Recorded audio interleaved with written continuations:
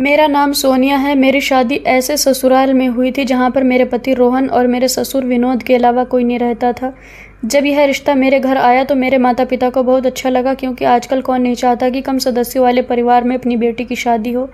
लेकिन एक अफसोस की बात यह थी कि मेरी शादी गाँव में हुई थी। मैं शहर की पढ़ी लिखी लड़की थी और शहर में ही शादी करना चाहती थी। मेरी चाहत थी कि मेरी शादी किसी अमीर परिवार के लड़के से हो। सुना था कि यह लड़का भी अच्छी नौकरी करता है, लेकिन मैं तो शहर के पढ़े लिखे लड़के से शादी करना चाहती थी, जबकि यह लड़का गांव का पढ़ा लिखा था। जब मेरे माता पिता ने मुझे बताया कि रोहन बहुत अच्छा है और शहर में ही नौकरी करता है, तो मुझे लगा कि मैं ऐसे लड़के से शादी नहीं करना चाहती जो कुछ दिनों बाद ही मुझे छोड़कर शहर चला जाए और मैं उसके बिना अपनी ज़िंदगी अकेले ससुराल में रहकर गुजारूँ। मेरे माता पिता ने मुझे बताया कि वह लड़का शहर में नौकरी ज़रूर करता है, लेकिन रहता अपने घर पर ही है। वह परमानेंट रहकर शहर में नौकरी नहीं करता। वह अपनी गाड़ी से सुबह शहर नौकरी के लिए रवाना हो जाता है और रात को अपने ऑफिस से घर आ जाता है। इसका मतलब यह था कि मुझे बड़ी आसानी हो जाती अगर मेरी शादी उस लड़के के साथ हो जाती। जब भी मुझे अपने मायके आना होता मैं उसके साथ आ जाती और रात को अपने घर को चली जाती। मुझे अपने माता पिता से ज़्यादा दूर नहीं रहना पड़ता। रोहन देखने में बहुत ही स्मार्ट था, पढ़ा लिखा था और परिवार के सदस्य भी बहुत कम थे। सुना था कि गांव में उसका बहुत बड़ा मकान है और सिर्फ एक ससुर है जिनकी आंखों से नज़र नहीं आता। वह बेचारे अंधे हैं। रोहन अपनी मर्जी से शादी कर रहा था और इसीलिए कर रहा था क्योंकि वह चाहता था कि उसके पिता की सेवा करने के लिए घर में बहू आ जाए। रोहन घर का इकलौता बेटा था। उसकी माँ तो काफ़ी सालों पहले ही मर चुकी थी। घर में सिर्फ दोनों बाप बेटे ही रहते थे।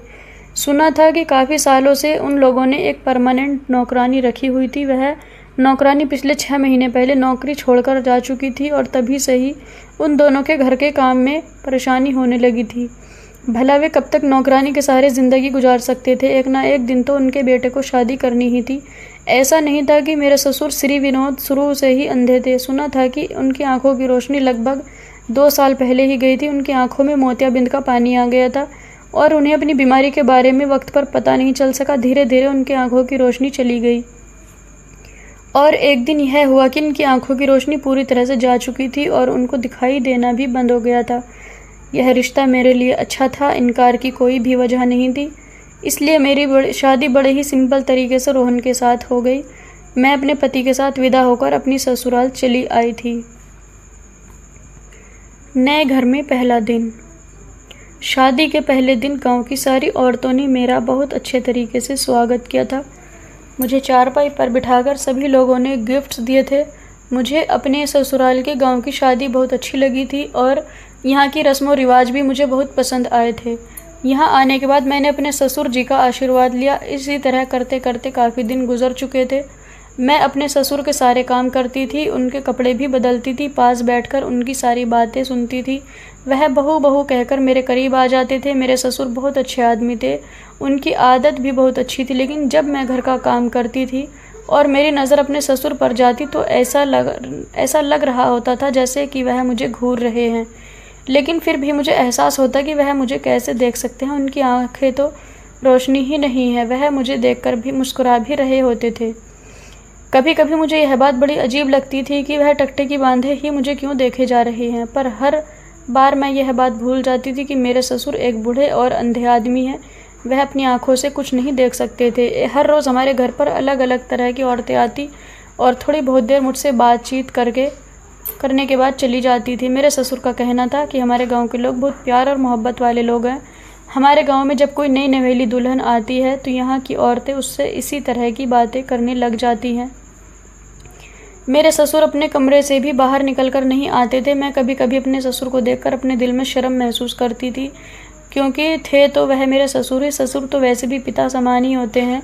मुझे तो बस ऐसा लगता था जैसे मेरे ससुर सबके सामने मुझे ताकते रहते हैं।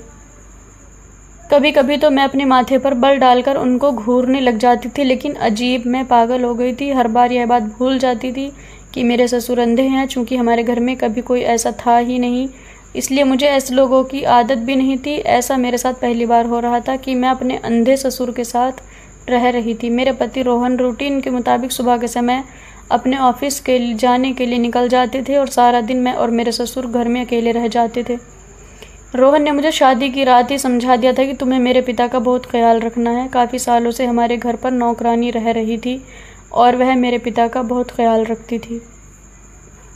क्योंकि सुबह के समय तो मैं जॉब के लिए निकल जाता था। जब मेरे पिताजी की आंखों की रोशनी थी तब वह भी खेतों में काम करने के लिए चले जाते थे, लेकिन जब से उनकी आंखों की रोशनी गई थी उन्होंने घर पर ही रहना शुरू कर दिया था। कुछ महीनों तक नौकरानी ने साथ दिया और उसके बाद वह भी नौकरी छोड़कर चली गई। तभी से हमारे घर पर बहुत ज़्यादा परेशानी हो गई थी। पड़ोस वाली मासी आकर मेरे पिताजी के लिए खाना बना जाया करती थी, लेकिन फिर हम इस तरह से कब तक किसी की मदद ले सकते थे। शादी की पहली रात मेरे पति ने मेरी बहुत तारीफ़ की थी और अपने पति की तारीफ़ सुनकर मैं बहुत खुश हुई थी। मैंने उन्हें भरोसा दिलाया था कि मैं आपके पिता की हमेशा सेवा करूंगी, उन्हें कभी किसी चीज़ की कमी नहीं होने दूंगी। सुबह सुबह जब मैं सोकर उठती तो सबसे पहले अपने ससुर जी के लिए नाश्ता बनाती थी। एक दो दिन तो मेरे पति बाज़ार से भी नाश्ता ले आए थे। उन्होंने कहा था कि अभी तो तुम नई नवेली दुल्हन हो, कुछ दिन तुम आराम करो, उसके बाद तो तुम्हें ही घर का सारा काम संभालना है। लेकिन अब मैंने घर का सारा काम करना शुरू कर दिया था, क्योंकि इस घर में कोई औरत नहीं थी घर का काम काज करने के लिए। भला मेरे पति भी कब तक इस तरह से मार्केट से खाना या फिर नाश्ता लेकर आते। एक ना एक दिन तो मुझे यहाँ का किचन संभालना ही था। मेरे ससुर जी भी कहते थे कि बहू एक दो दिन खाना मार्केट से आ जाएगा, लेकिन मैंने कहा नहीं ससुर जी, मैं उस तरह की नहीं हूँ जो हमेशा आराम करती रहे। मैं अपनी जिम्मेदारी निभाना चाहती हूँ और इस घर की गृहस्थी को अपने कंधों पर चलाना चाहती हूँ। यह घर तो मुझे ही संभालना पड़ेगा। मेरी बात सुनकर मेरे ससुर और पति बहुत खुश हो गए थे। उन्होंने कहा था कि हमें अपने घर के लिए ऐसी ही लड़की की तलाश थी। मेरे पति कहने लगे कि तुम बहुत खूबसूरत हो। तुम खूबसूरत ही नहीं बल्कि समझदार भी हो। मैंने नाश्ते के टेबल पर नाश्ता लगा दिया और मेरे ससुर जी भी नाश्ता करने के लिए मेरे सामने ही बैठे हुए थे। मैं उनके सामने बैठ गई, फिर मैंने उन्हें अपने हाथों से नाश्ता निकाल कर दिया। मेरे पति ने अपने पिता को अपने हाथों से नाश्ता करा दिया था। मेरे पति धीमे धीमे मुझे देखकर मुस्कुरा रहे थे। मेरे पति जब घर पर आते तो सब कुछ अपने पिता को अपने हाथों से ही खिलाते थे। उन्होंने मुझसे अपने पिताजी को नाश्ता कराते हुए टाइम पर कहा था कि अब अगली बार से मेरी यह जिम्मेदारी तुम निभाओगी। मैंने अपने पति से खुश होते हुए कहा, जी जी क्यों नहीं, मैं घर की सारी जिम्मेदारी खुद संभाल लूँगी। मुझे ऐसा लग रहा था जैसे मेरे ससुर अब भी मेरे सामने बैठकर मुझे घूर रहे थे। मेरे ससुर जी का नाश्ता पूरा हो गया तो मेरे पति उनके पास की रखी हुई चेयर से उठकर मेरे बराबर में पड़ी हुई चेयर पर बैठ गए थे और मेरे चेहरे को देखकर उसे सहला रहे थे। मुझे डर था कि कहीं मेरे ससुर हमें देख ना ले, लेकिन मेरे पति ने मुझे इशारे से कहा कि वह हमें कैसे देख सकते हैं, उनकी आंखों की रोशनी नहीं है। मेरे पति मुझसे बहुत प्यार करते थे। अपने पति के जाने के बाद जब मैं घर का काम करती थी तो अपने गले में दुपट्टा भी नहीं डालती थी। यही सोचती कि घर में कोई है नहीं, ससुर जी ही तो है और उन्हें भी दिखाई नहीं देता। इसलिए मैं घर में रहते हुए किसी भी रूप में काम करती रहती थी और अपने ससुर जी के सामने भी किसी भी हालत में चली जाती थी। मेरे ससुर इतने अच्छे थे और बहुत ही अच्छी आदत के थे। कभी कभी मुझे बहुत अफसोस होता है कि इतने अच्छे इंसान की आंखों की रोशनी कैसे जा सकती है। वह बेचारे अपने इकलौते बेटे की शादी और उसकी पत्नी को भी नहीं देख सके। मेरे ससुर के चेहरे पर हमेशा मुस्कुराहट रहती थी। एक दिन मेरे पति ने मुझे बताया था कि मेरे पिताजी बहुत ईमानदार इंसान हैं। गांव में कोई भी उन्हें भला बुरा नहीं कहता। वह हमेशा लोगों का फ़ायदा करते आए हैं। सब लोग मेरे पिताजी की बहुत इज्जत करते हैं। मैंने अपने पति से कहा था कि क्या आपने अपने पिताजी का इलाज नहीं करवाया। मेरे पति कहने लगे, उन दिनों शहर में मेरी बहुत इम्पोर्टेंट मीटिंग थी, इसलिए मैं कुछ हफ्तों के लिए वहाँ पर रुका हुआ था और पिताजी नहीं चाहते थे कि वह मुझे अपनी परेशानी बताकर परेशान कर दे। उन्होंने मुझे अपनी परेशानी के बारे में कुछ भी नहीं बताया और इसी तरह से धीरे धीरे उनकी आंखों की रोशनी चली गई। जब मैं बहुत दिनों के बाद घर वापस आया तब मुझे यह बात पता चली थी। अगर वह मुझे वक्त पर बता देते तो मैं उन्हें अपने साथ शहर ले जाकर उनका इलाज करवा देता और शायद वह ठीक भी हो जाते। लेकिन उन्होंने तो अपना इलाज ना करवाने की ज़िद ठान ली थी। उन्होंने तो मुझे वक्त निकलने के बाद बताया था। मैंने बाद में पिताजी से बहुत कहा था कि मैं आपको डॉक्टर के पास ले चलता हूँ, आपकी आंखों की रोशनी हो सकता है वापस आ जाए। लेकिन पिताजी हर बार मना कर दिया करते थे। कहते थे कि बेटा मेरी उम्र हो गई है, मैंने तो अपनी ज़िंदगी में काफ़ी कुछ देख लिया, अब तुम्हारी ज़िंदगी जीने का समय है, तुम शादी करो, अपनी ज़िंदगी जियो। मेरा क्या है, एक दिन इस दुनिया को छोड़कर चला जाऊंगा। बूढ़ा हो चुका हूँ। धीरे धीरे शरीर के अंदर बीमारियाँ पैदा होती रहेंगी और एक दिन मेरे साथ साथ सब कुछ ख़त्म हो जाएगा। तुम फिक्र मत करो। मैं देख नहीं सकता, सुन तो सकता हूँ ना, तुम सबको महसूस कर सकता हूँ। मैं तो बस तुम्हें खुश देखना चाहता हूँ और अपने जीते जी चाहता हूँ कि तुम्हारा घर बस जाए। बस यही कहकर पिताजी बात ख़त्म कर देते थे और वह अभी तक एक बार भी मेरे साथ डॉक्टर के पास नहीं गए। मैंने कहा, आप ज़बरदस्ती पिताजी को डॉक्टर के पास ले जाते। मेरे पति ने मुझे बताया था कि तुम्हें नहीं पता, पिताजी बहुत ज़िद्दी हैं। मैं उनके साथ ज़्यादा ज़बरदस्ती नहीं कर सकता। शायद वह अपनी ज़िंदगी में इसी तरह से खुश है। मेरे पति ने कहा था कि वह मेरे आने से पहले उनके सारे काम करते थे, लेकिन अब उनके काम करने की सारी जिम्मेदारी मेरी हो गई है। मैं अपने ससुर को अपना पिता समझकर उनके सारे काम किया करती थी। मैंने अपने पति को यकीन दिलाया था कि आपको मेरे होते हुए घर में कभी कोई परेशानी नहीं होगी। मैंने अपने ससुर के पुराने फ़ोटोज़ देखे थे जिनमें उनकी आंखों की रोशनी थी और मेरी सास भी ज़िंदा थी। मेरी सास भी बहुत खूबसूरत औरत थी और मेरे ससुर जी भी अपनी जवानी में बहुत हैंडसम थे। दरअसल मेरी सास मेरे ससुर से दोगुनी कम उम्र की थी। मेरे ससुर बहुत ज़्यादा उम्र के थे, फिर भी वह बहुत ज़्यादा हैंडसम और चार्मिंग थे। अब भी अगर उनकी आंखों की रोशनी होती तो वह अच्छे से तैयार होकर घर से बाहर निकलते तो कोई भी उन्हें बूढ़ा नहीं कहता। शायद उनकी परेशानी की वजह से उनके चेहरे से उम्र ज़्यादा लगने लगी है। एक दिन मेरे ससुर कहने लगे, देखो बहू, मेरे भाग्य में क्या लिखा है कि मैं अपने घर की बहू को अपनी आंखों से नहीं देख सकता और ना ही उसे देखकर उसे आशीर्वाद दे सकता हूँ। मैंने कहा, ससुर जी कोई बात नहीं, आप इस तरह से भी मुझे आशीर्वाद दे सकते हो। शादी के कुछ दिन तो लगभग इसी तरह से गुजरते चले गए, लेकिन मेरे होश तो तब उड़े थे जब मेरे पति को कुछ दिन के लिए शहर में रुकना पड़ गया था।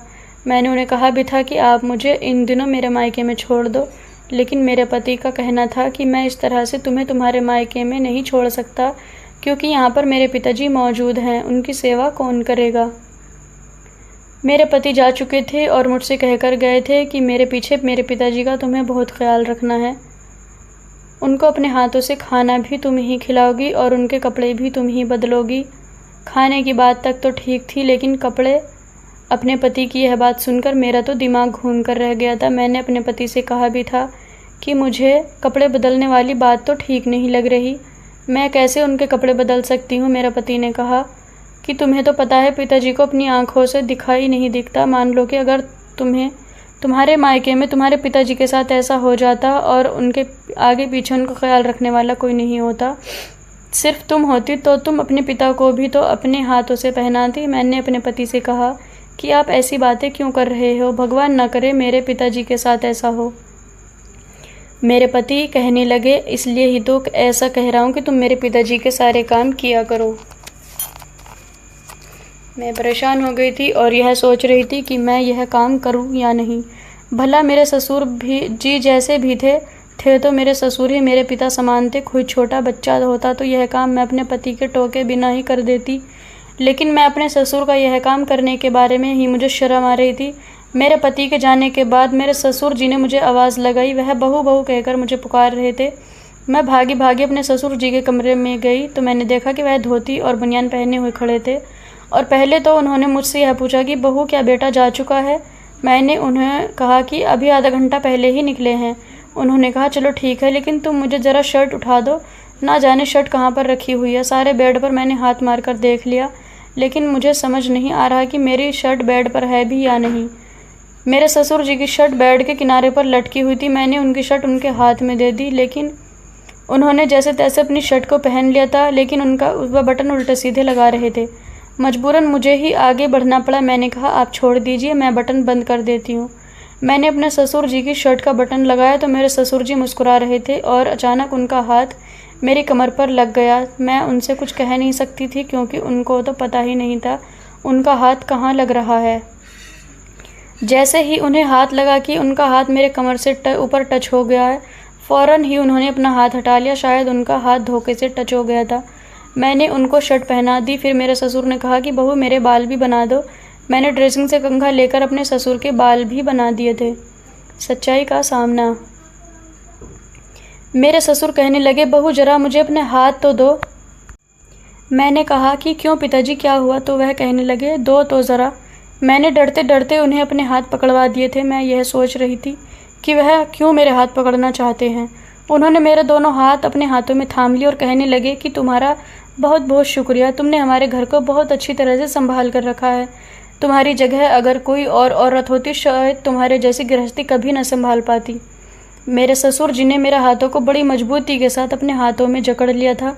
मैं उनके हाथों से अपने हाथ को छुड़ाने की कोशिश कर रही थी, लेकिन उन्होंने कहा कि बहू अभी यहीं पर ही रहो, इतनी जल्दी जाने की क्या ज़रूरत है। मैं तुम्हारा शुक्रिया अदा करना चाहता हूँ। मैं तुम्हें देख तो नहीं सकता लेकिन महसूस तो कर सकता हूँ। इसके लिए तुम्हारा हाथ पकड़ना चाहता था कि बहू कैसी होती है। भगवान ने मुझे कोई बेटी भी नहीं दी। अगर मेरी बेटी होती तो शायद वह भी तुम्हारी तरह मेरी सेवा नहीं करती। तुम्हें पता है, जब शारदा की मौत हुई थी तब मुझे उसकी मौत का बड़ा अफसोस हुआ था, क्योंकि वह मेरी हमसफ़र थी और मेरा बहुत ज़्यादा ख्याल रखती थी और हमारे घर की इकलौती औरत थी। मेरे बेटे को और मुझे छोड़कर इस दुनिया से चली गई थी। दोनों ने बहुत अच्छी तरह से संभालती थी, लेकिन उसके बाद सारी जिम्मेदारी अकेले मेरे बेटे के कंधों पर आ गई। और शादी के बाद तुमने भी कुछ दिन अच्छी तरह नहीं गुजारे, क्योंकि मेरा सारा बोझ तुम पर पड़ गया। वह बड़े अफसोस के साथ यह सब कुछ कह रहे थे।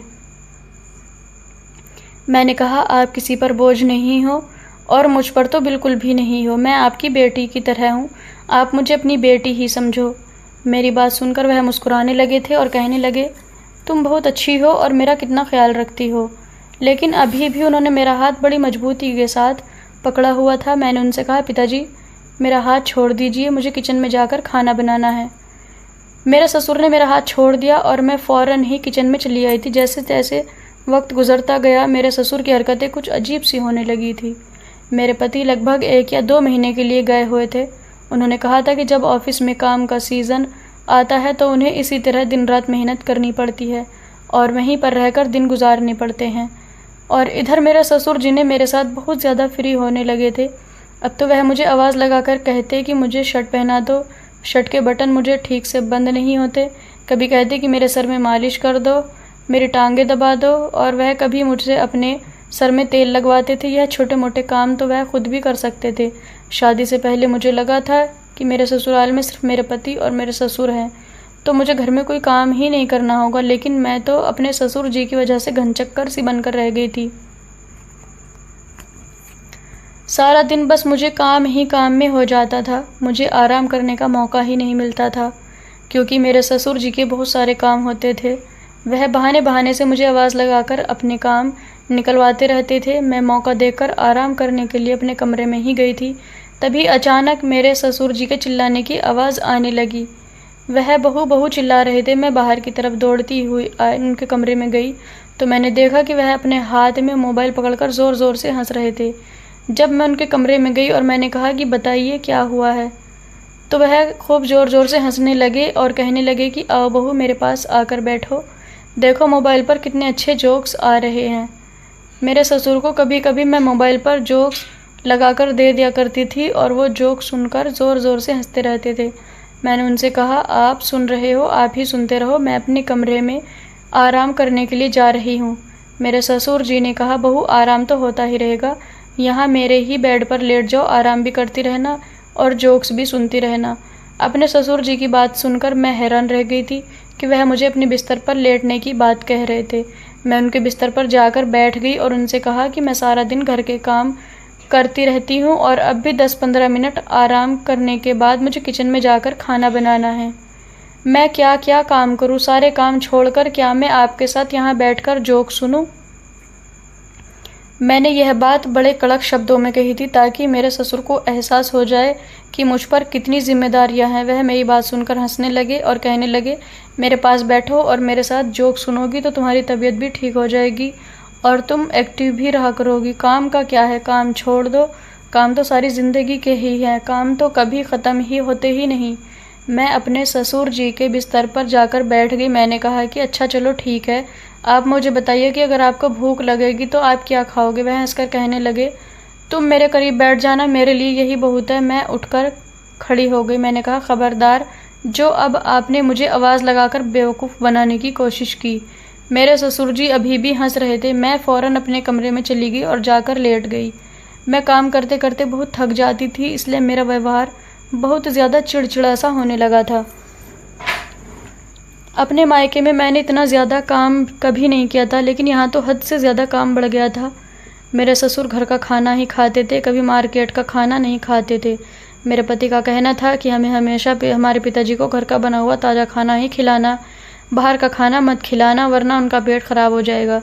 थोड़ी देर आराम करने के बाद मैं किचन में चली गई। किचन में जाने के बाद मैंने खाना बनाया और जब किचन से बाहर निकली तो देखा कि घर गंदा पड़ा हुआ है। फिर मैंने सफाई की और सोचा कि शाम का समय है, एक बार फिर से ससुर जी के कमरे की सफाई कर देती हूँ। गर्मी बहुत ज़्यादा हो रही थी, इसलिए मैंने दुपट्टा नहीं पहना हुआ था और मैं वैसे भी ज़्यादातर घर में दुपट्टा नहीं पहनती थी। मेरे ससुर जी अपने कमरे में ही चेयर पर बैठे हुए थे। उनके कमरे की झाड़ू लगा रही थी, वह बहुत खामोश बैठे हुए थे और मैं अपने काम में व्यस्त थी। अगले ही पल जैसे ही मैं पलटी, यह देखकर मैं हैरान रह गई कि मेरे ससुर मेरे पीछे ही खड़े थे। मैं उन्हें देखकर घबरा गई थी। मैंने कहा कि आपको किसी चीज़ की ज़रूरत है क्या? उन्होंने कहा, नहीं बहू, मुझे किसी चीज़ की ज़रूरत नहीं है, बस मैं यह महसूस कर रहा था कि कमरे के अंदर तुम ही हो या कोई और है। मैंने कहा, आप यह कैसी बातें कर रहे हैं? भला इस घर में मेरे और आपके अलावा कोई भी नहीं रहता। उन्होंने कहा, चलो कोई बात नहीं। यह कहकर वह अपने बिस्तर पर बैठ गए थे और उनकी आंखों को देखकर मुझे बहुत डर लग रहा था। उनकी आंखें देखकर ऐसा लग रहा था जैसे उनकी नज़र मुझ पर ही है। मुझे शर्म भी आ रही थी क्योंकि मैंने दुपट्टा नहीं पहना हुआ था। मैं अपने ससुर का अपने हाथों से ही खाना बनाती थी। रात के समय पर मैं उनको खाना खिलाने के लिए उनके कमरे में चली गई और उन्हें अपने हाथ से खाना खिला रही थी। मैंने महसूस किया कि मेरे ससुर मेरे हाथ से खाना खाते हुए बहुत ज़्यादा खुश होते थे और किसी न किसी बात पर वह मेरा हाथ भी मजबूती से पकड़ लेते थे और बस मेरी तारीफ़ ही करते रहते थे। कहते थे कि तुम्हारे हाथ का बना हुआ खाना बहुत टेस्टी होता है, मुझे लगता है कि तुम भी इतनी ही ज़्यादा खूबसूरत होगी। वह धीरे धीरे मुझे अपने ससुर की हरकतें बहुत अजीब लगने लगी थी। मुझे अपने ससुर से अब उलझन सी होने लगी थी क्योंकि वह किसी न किसी बहाने से मेरे शरीर पर कहीं भी हाथ मार देते थे और मुझे छूने की कोशिश में लगे रहते थे। मैं समझना चाह रही थी कि वह क्या करना चाहते हैं। मैं अपने ससुर की तरफ से अब बहुत ज़्यादा परेशान रहने लगी थी। मैं अपने पति को अगर उनकी हरकतों के बारे में बताती भी तो किस तरह से बताती, क्योंकि मुझे यकीन था कि वह देख नहीं सकते, इसलिए मेरे पति मेरी किसी भी बात पर यकीन नहीं करेंगे। मैं यही सब सोच रही थी और रात के 8 बजे तक अपने कमरे में सो गई थी। मेरे कमरे का दरवाज़ा खुला ही रहता। मैं बहुत गहरी नींद में सो रही थी, पर अचानक घबराकर मेरी आँख खुल गई क्योंकि मुझे महसूस हुआ जैसे कोई मेरे पैरों पर गुदगुदी कर रहा है। जैसे ही मैंने अपने पैरों की तरफ देखा तो यह देखकर मेरे पैरों तले से ज़मीन निकल गई थी कि यह कोई और नहीं बल्कि मेरे ससुर ही हैं। मैंने जल्दी से अपने गले में दुपट्टा डाल लिया और अपने ससुर से कहा कि बताइए, आपको कोई काम है क्या? मेरे ससुर ने जल्दी से मेरा हाथ पकड़ लिया और कहने लगे, मैं कोई अंधा नहीं हूँ, मैं सब कुछ देख सकता हूँ। यह सुनकर तो मैं और भी ज़्यादा हैरान हो गई थी कि आखिर वह क्या कह रहे हैं, लेकिन उनके चेहरे की शातिर वाली मुस्कुराहट देखकर मुझे डर लगने लगा था और मैं बहुत परेशान भी हो गई थी। मैंने कहा, आप ये सब कुछ क्या कह रहे हो? मेरे ससुर कहने लगे, हाँ, मैं सब कुछ सच कह रहा हूँ। मेरे ससुर ने जल्दी से मुझे आकर मजबूती से दबोच लिया। मैं खुद को छुड़ाने की बहुत कोशिश कर रही थी, लेकिन वह मेरी कोई बात नहीं सुन रहे थे। मैं चिल्लाने की भी कोशिश कर रही थी। उन्होंने मेरे मुंह पर हाथ रख लिया और फिर उसके बाद वो हुआ जो मेरे साथ नहीं होना चाहिए था। मुझे अपने ससुर से ऐसी उम्मीद नहीं थी। उन्होंने झूठ बोला कि वह अंधे हैं और इस बात का फ़ायदा उन्होंने मुझ पर उठाया था। उन्होंने मेरी इज़्ज़त को तार तार कर दिया था। मैंने उनसे कहा कि आपने मेरे साथ अच्छा नहीं किया, मैं आपकी सारी सच्चाई अपने पति के सामने खोल कर ही रहूँगी। मेरे ससुर कहने लगे, किस तरह खोलोगी? मेरा बेटा कभी तुम्हारी बात पर यकीन नहीं करेगा क्योंकि उसे पता है कि मैं अंधा हूँ। वह तुम्हारी किसी बात पर यकीन नहीं करेगा बल्कि तुम्हें ही इस घर से धक्के मारकर निकाल देगा अगर तुमने उसके पिता पर कभी भी इस तरह का आरोप लगाने की कोशिश की। मैं अपने ससुर की बात सुनकर बहुत ज़्यादा डर गई थी कि यह बिल्कुल सही कह रहे हैं, मेरा पति कभी भी मेरी बात पर भरोसा नहीं करेगा। लेकिन मेरे ससुर ने जो मेरे साथ किया यह मेरे लिए बहुत ही खतरनाक साबित हुआ था। मैं बिल्कुल लाचार हो गई थी और ज़मीन पर बैठकर ज़ोर ज़ोर से रो रही थी। न्याय का पल। मेरे ससुर कहने लगे, मेरी नज़र तुम पर पहले दिन से ही है क्योंकि तुम बहुत ज़्यादा खूबसूरत हो। मैंने उनसे कहा, आपने मेरे साथ यह सब कुछ क्यों किया? उन्होंने बताया कि मैं बहुत मेहनत मजदूरी करके अपने बेटे को पाल रहा था, लेकिन जब से वह शहर गया था उसने मुझ पर ध्यान देना ही बंद कर दिया था। फिर मैंने प्लान बनाया कि अपने बेटे को ध्यान अपनी तरफ करने के लिए मुझे अंधा बनना पड़ेगा, इसलिए मैंने अपने बेटे से झूठ बोल दिया। इस झूठ का असर यह हुआ कि मेरे बेटे का पूरा ध्यान मुझ पर ही रहने लगा। फिर उसने शादी की और वह तुम्हें घर पर लेकर आ गया। तुम्हें तो देखते ही मेरी नीयत तुम पर ख़राब हो गई थी और मेरा बेटा यही समझता रहा कि मैं अंधा हूँ, और तुमने भी इस बात पर यकीन कर लिया कि तुम्हारा ससुर अंधा है। मुझे तो यह बात पता है कि मेरा बेटा हर तीसरे चौथे महीने में 1 या 2 महीने के लिए अपने ऑफिस में ही रुक जाता है। मैं इस बात का मौका ढूंढ रहा था कि कब वह जाएगा और कब मैं तुम्हारा फ़ायदा उठाऊंगा। मैं बड़ी लाचार और बेबस होकर यह सब कुछ सुनकर बहुत रो रही थी, लेकिन शायद मेरी किस्मत बहुत अच्छी थी। जब मेरे ससुर ने मुझे अपनी कहानी बतानी शुरू की थी, तभी मेरे पति दरवाजे पर खड़े होकर उनकी सारी बातें सुन रहे थे। भगवान ने मेरा बहुत बहुत साथ दिया था। मुझे अपने पति को कुछ भी बताने की ज़रूरत नहीं पड़ी। उन्होंने खुद ही अपने कानों से अपने पिताजी की सारी बातें सुन ली थी।